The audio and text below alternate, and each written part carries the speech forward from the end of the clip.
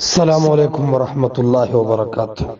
ما لا خپل داسې اهل حدیث نه دی لیدلی رور مې چې هغه د قرآن او د حدیث په ځای یو پیر پسې یو شیخ پسې یا خپل شیخ یا پردی شیخ یا خپل کتاب یا پردی کتاب یا خپل تنظیم یا پردی تنظیم باندې روان وي او پاغې چون تیری.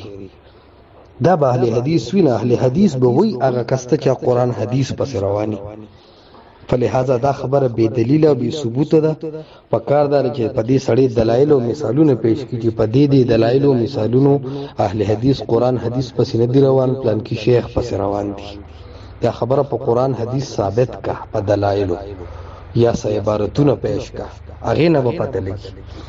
دویمه خبره، مونږه چې قرآن حدیث نه متاثر شو، کتل به مو چې قرآن حدیث کې دا خبره داسې ده او تقلید او مذهب کې داسې ده. د قرآن د حدیث نه متاثر شو او د قرآن حدیث تلو ته تقلید نه وي، اتباع وته وي، اطاعت وته وي. تقلید وي بے دلیل ده چا خبره منل. یو شیخ دی او داغه کتاب ته ګوري او هغه مثال په تور باندې په منځ باندې دلایل ذکر کړي دي. د تقلید نه وي، دا خو ته دلایل ګوري.